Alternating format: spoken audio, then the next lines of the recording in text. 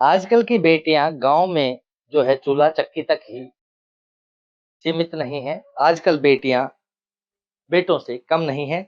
हमारे साथ एक ऐसी ही बेटी है मोनिका भारद्वाज जिन्होंने छोटी-सी उम्र में अग्निवीर योजना के तहत नौसेना को जॉइन किया है।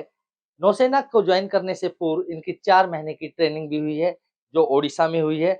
हम सीधा उन्हीं के पास चलते हैं, उन्हीं से बातचीत करेंगे। मोनिका की ज़ुबानी उनको आपको सुनाएँगे मोनिका की सफलता की कहानी।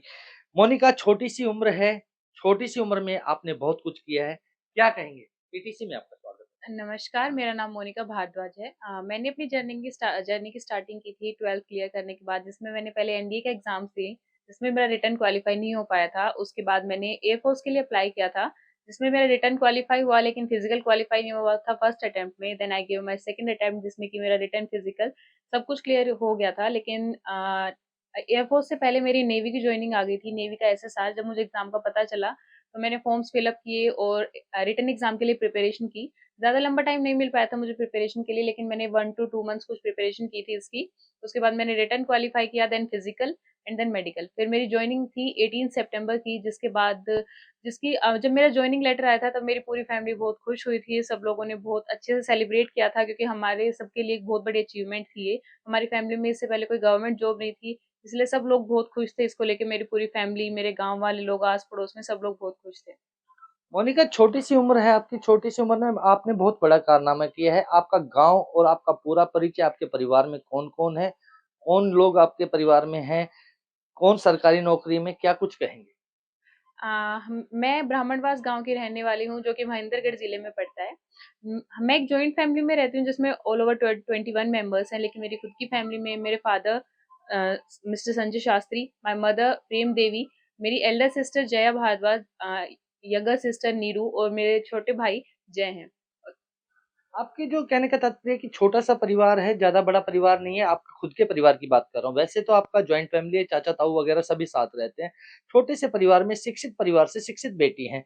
शिक्षा की जो प्रेरणा है वो आपको कहाँ से मिली? इस तरह जिस तरह से आपने शिक्षा को ग्रहण किया, आपको किसने मोटिवेट किया कि आप डिफेंस के अंदर जाएँ? ये पूरा मोटिवेशन मेरे फादर की वज़ह से। उन्होंने मुझे हमेशा बहुत सपोर्ट किया, और मैं छोटी थी तब से उनका खुद का ड्रीम था कि मैं डिफेंस जॉइन करूँ, तो इसीलिए ये सब कुछ मेरे फादर की वज़ह से हो पाया। उन्होंने हमेशा मुझे बहुत मोटिवेट किया स्टडीज़ के लिए। उन्होंने कभी भी, अगर हम खुद भी फेलियर हो रहे होते हैं, वो हमारे साथ रहते हैं, हमारा स्टैंड लेते हैं, वो खुद हमें समझाते हैं कि सक्सेस कैसे ली जाती है। हर स्टेप पे हमेशा उनकी गाइडेंस रही है मेरे साथ। आपकी उम्र जो है आज की तारीख में अगर माने तो कितने साल की आप हो गए? 20 इयर्स। 20 साल की उम्र है, यानी कि 19 साल के थे जब से आप इसमें आपने जो वो नेवी है उसको जॉइन करने का जो मन बनाया था हाँ उसको जी। जॉइन किया और 19 साल की उम्र में आपकी शायद मेरे हिसाब से जो ट्रेनिंग वगैरह थी वो सारी कंप्लीट हो गई। ट्रेनिंग कहाँ हुई?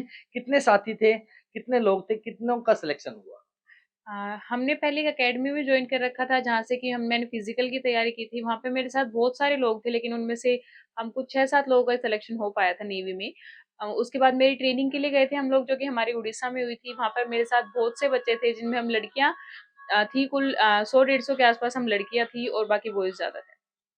तो कहने का तात्पर्य ये है कि बेटियाँ कम थी, बेटे ज़्यादा थे। लेकिन आज कहीं न कहीं देखा जाए तो बेटियाँ भी बेटों से बढ़कर हैं। आप एक बेटी होते हुए आपने अपने परिवार के साथ-साथ पूरे हरियाणा प्रदेश का नाम रोशन किया है।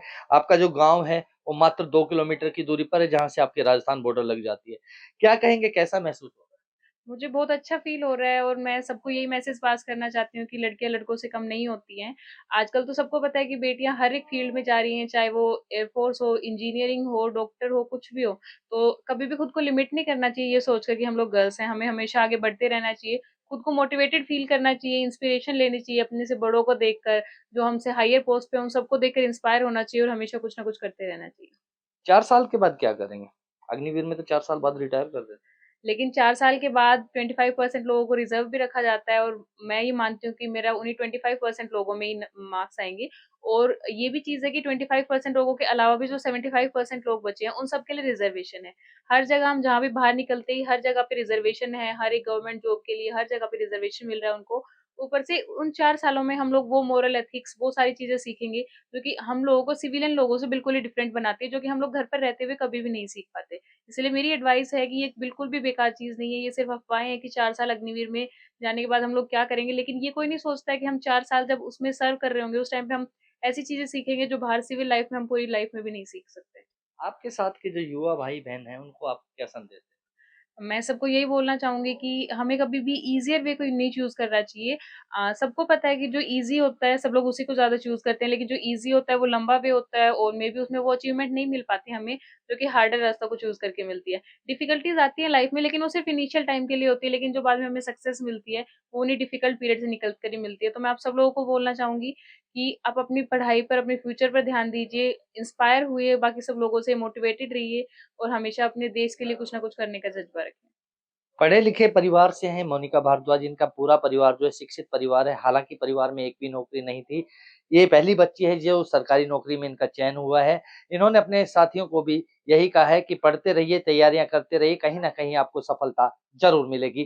पीटीसी न्यूज़ के लिए नारनौल से नितिन शर्मा।